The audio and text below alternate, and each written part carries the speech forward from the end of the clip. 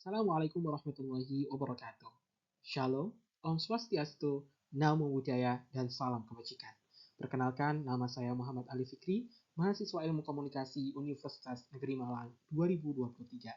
Hari ini, saya ingin berbicara tentang sesuatu yang mungkin sering kita dengar, tetapi mungkin belum kita eksplorasi secara mendalam, yaitu strategi content planning yang komprehensif.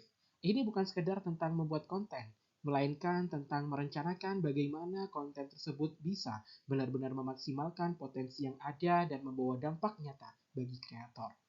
Tujuan saya adalah membantu Anda memahami bagaimana kita dapat mengelola konten secara lebih strategis, mulai dari mengembangkan ide hingga mengukur efektivitasnya.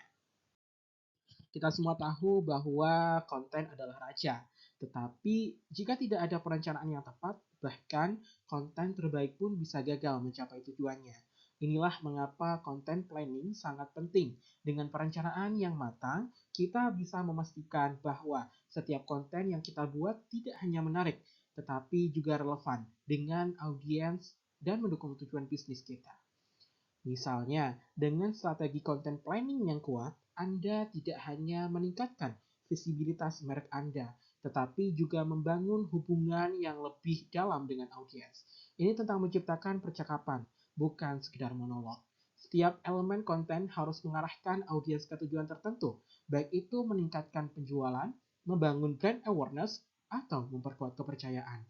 Selain itu, content planning juga membantu kita mengoptimalkan sumber daya yang kita miliki.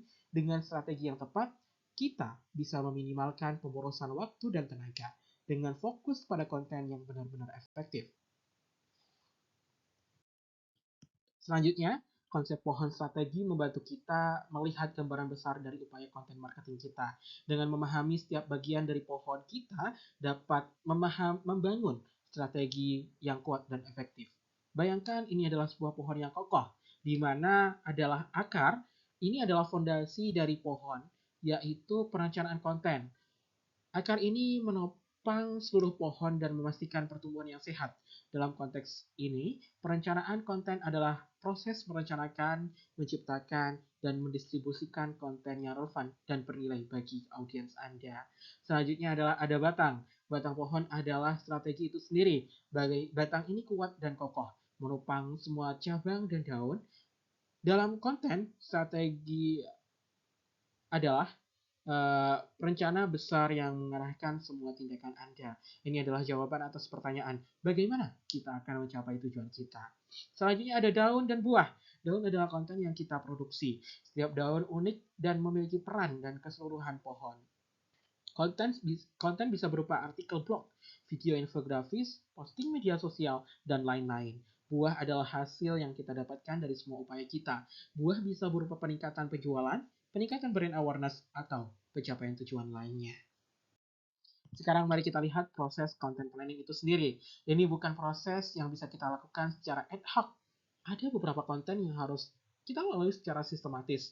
Tahap pertama adalah analisis, di mana kita memahami audiens, mempelajari tren, dan mengidentifikasi kebutuhan pasar. Ini memberikan landasan yang kuat untuk segala sesuatu yang akan kita lakukan selanjutnya. Setelah analisis, kita masuk ke tahap perencanaan. Di sini kita menetapkan tujuan, memilih format konten yang sesuai, dan menyusun kalender editorial. Kalender editorial ini penting untuk menjaga konsistensi dan memastikan bahwa semua konten kita selaras dengan strategi yang lebih besar.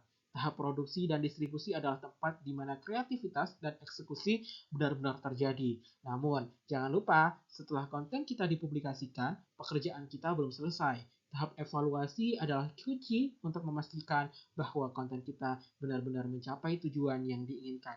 Mengukur kinerja konten berdasarkan data nyata memungkinkan kita untuk terus mengoptimalkan strategi kita ke depan.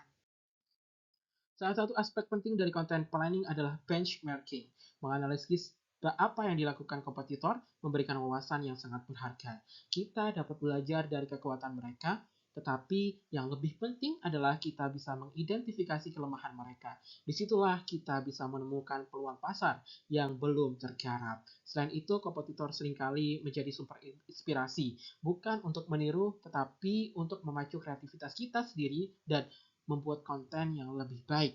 Kita tidak hanya bersaing di pasar, tetapi juga berinovasi dalam cara kita menyampaikan pesan kita kepada audiens. Salah satu hal yang tidak boleh kita abaikan adalah data. Data adalah alat yang paling kuat dalam content planning. Data membantu kita memahami bagaimana audiens berinteraksi dengan konten kita. Dengan data, kita bisa melihat apa yang berhasil dan apa yang tidak, serta membuat penyesuaian yang diperlukan untuk mengoptimalkan konten di masa depan. Proses content creator harus dilakukan secara sistematis, mulai dari pembuatan brief kreatif yang jelas, hingga proses produksi yang melibatkan tim kreatif, tim desain, tim editorial, dan jangan lupa pentingnya proses review dan approval yang ketat sebelum konten kita dipublikasikan ke audiens. Setiap langkah ini memastikan kualitas konten dan efisiensi dalam pengerjaan, sehingga kita bisa menjadi standar tinggi yang diharapkan oleh audiens.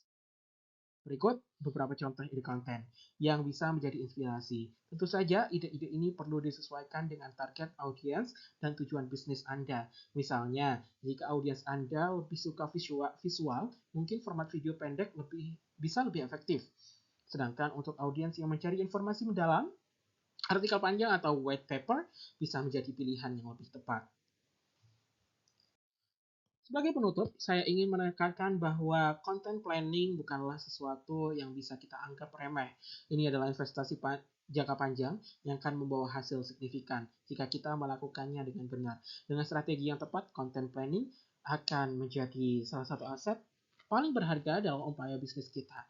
Saya percaya dengan kerjasama dan komitmen, kita bisa menciptakan konten yang tidak hanya menarik, tetapi juga membawa dampak nyata bagi bisnis kita. Terima kasih atas perhatian Anda dan saya siap untuk menjawab pertanyaan Anda di kolom komentar.